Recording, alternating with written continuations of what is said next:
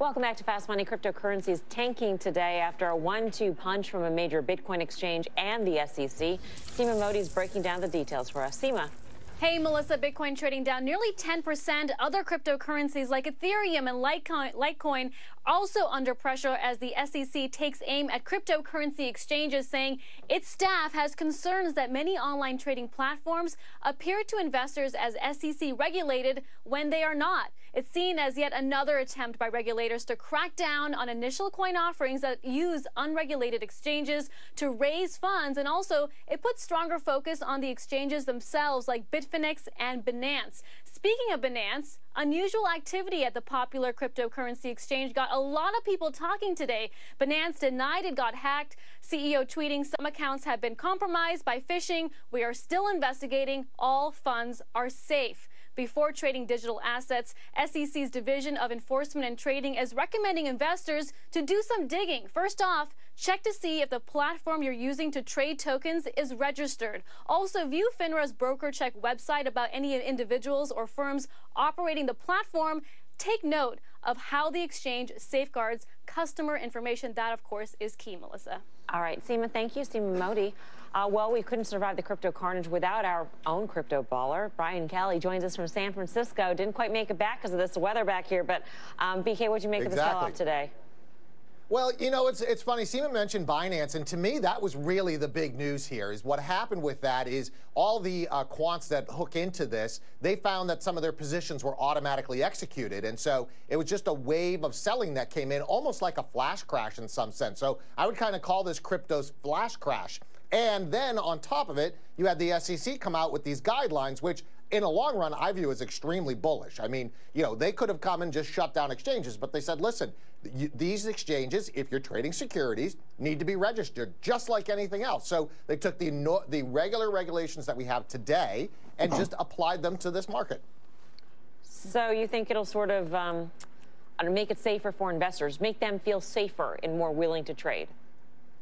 Yeah, I think so. This is the natural progression and natural maturation of this market. You know, just because it's Bitcoin or just because it's crypto doesn't mean that the rules don't apply to it. And you know, listen, this is a global market. It's a global asset subject to local regulation. So if you're in the U.S., you are subject to that local regulation. And I think that'll make it better for the ecosystem as a whole. So you see, you know, crypto go down 10% pretty much across the board today. Did you buy anything? I mean, at what point do you see there being value for you? I think, you know, if you look at, I didn't buy anything today because I'm fully long. If I had some cash, I probably would have bought some Bitcoin right here. I think there's probably value in the currencies in terms of there's going to be less uncertainty about whether or not they are securities. And so by that, I mean Bitcoin and Monero and Litecoin, things that are used as medium of exchanges. Some of the other currencies that may be subject to SEC regulation might not do as well over the next, 3 months or so. BK, hi, it's Karen. Let me ask you something. When you think about the universe of owners of Bitcoin and all the cryptocurrencies, how does that divide up between the people who don't want to have, anything related to the government and we need a totally different currency versus the growing group that is, you know what, there's a new asset class and you need to have some allocation of your portfolio in that?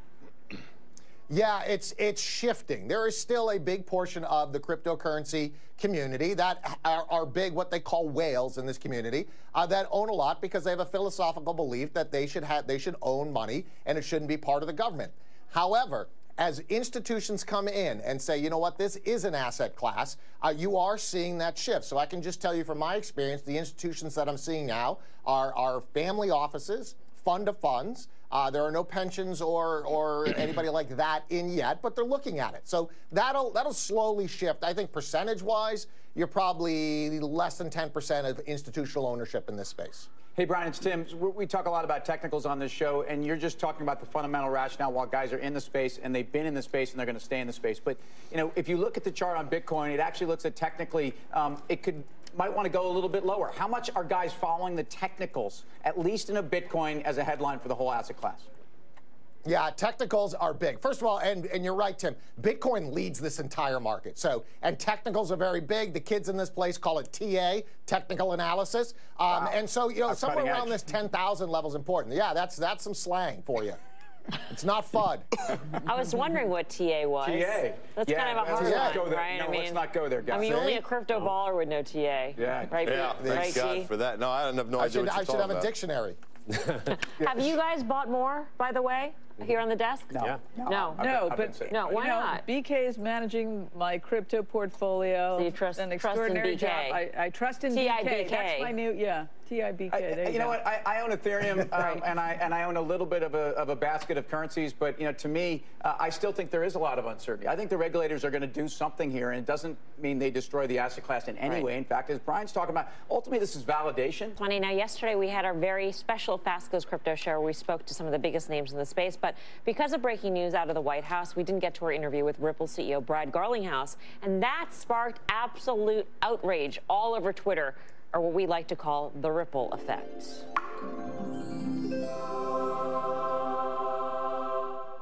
Well, luckily, our own Brian Kelly was able to sit down with Garlinghouse after the show, and he asked him about Ripple being Wall Street's favorite crypto. Here's what he had to say.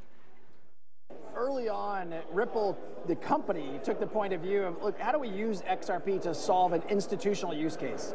Our goal hasn't been to go out and curry favor with the speculators. It's really been to solve a big problem around how payments flow cross-border for banks, for payment providers. We've been very fortunate by focusing on that segment and signing up really over 100 customers now, ranging from some of the largest banks in the world to small banks. But I think Wall Street has responded because people, I think, recognize at the end of the day, any digital asset is only as valuable as the problem it's solving. And if it's just speculative over the long term, that's not going to work out well. So, but how have you got Wall Street executives comfortable? Because you have a lot of prominent Wall Street people saying, or firms saying, you can't buy Bitcoin, and they're saying Bitcoin specifically, but it's still a digital currency. How do you get them comfortable with that, saying, you know what, use this digital currency, not Bitcoin, because this one's okay? I think it's incredibly important that the whole industry recognize that we have to work with the regulators. We have to work with the system. I've been fond of saying the blockchain revolution is happening from within the system. It's not going to happen from outside the system. There's some in the Bitcoin community that have really advocated kind of, not just down with banks, but down with governments. And we have been a contrarian, relatively speaking, in that regard. And so I think when we think about an XRP flow and solving that institutional money flow, where we've announced pilots with Western Union and MoneyGram, all of those transactions are happening through a registered financial institution to a registered financial institution where there's a KYC, something called a KYC check, know your customer. Every financial transaction is through a regulated endpoint. And so when regulators hear that and they understand, they're like, oh, so you're not circumventing regulations. You're not trying to enable anonymous transactions. And I think that's incredibly important for the world to understand that, to the extent there's regulatory concerns about digital assets, not all assets are created the same. And we should understand what the differences are. So, all right, so part of that is, people have called Ripple the more centralized currency, right? For various technical reasons. But is that something that got Wall Street more comfortable? The fact that you, the company, have more control over the currency than maybe a completely open source, something like Bitcoin? Well, I think, Ripple is a centralized company investing on top of a decentralized technology called the XRP ledger. Okay. And so that part is decentralized, but I think it has given us an advantage where we have this strategic asset. We have $60 billion worth of XRP, and we can use that as an asset to invest in the XRP ecosystem. There's no party more interested in the success of the XRP ecosystem than Ripple. We want that to be massively successful because we own a lot of XRP.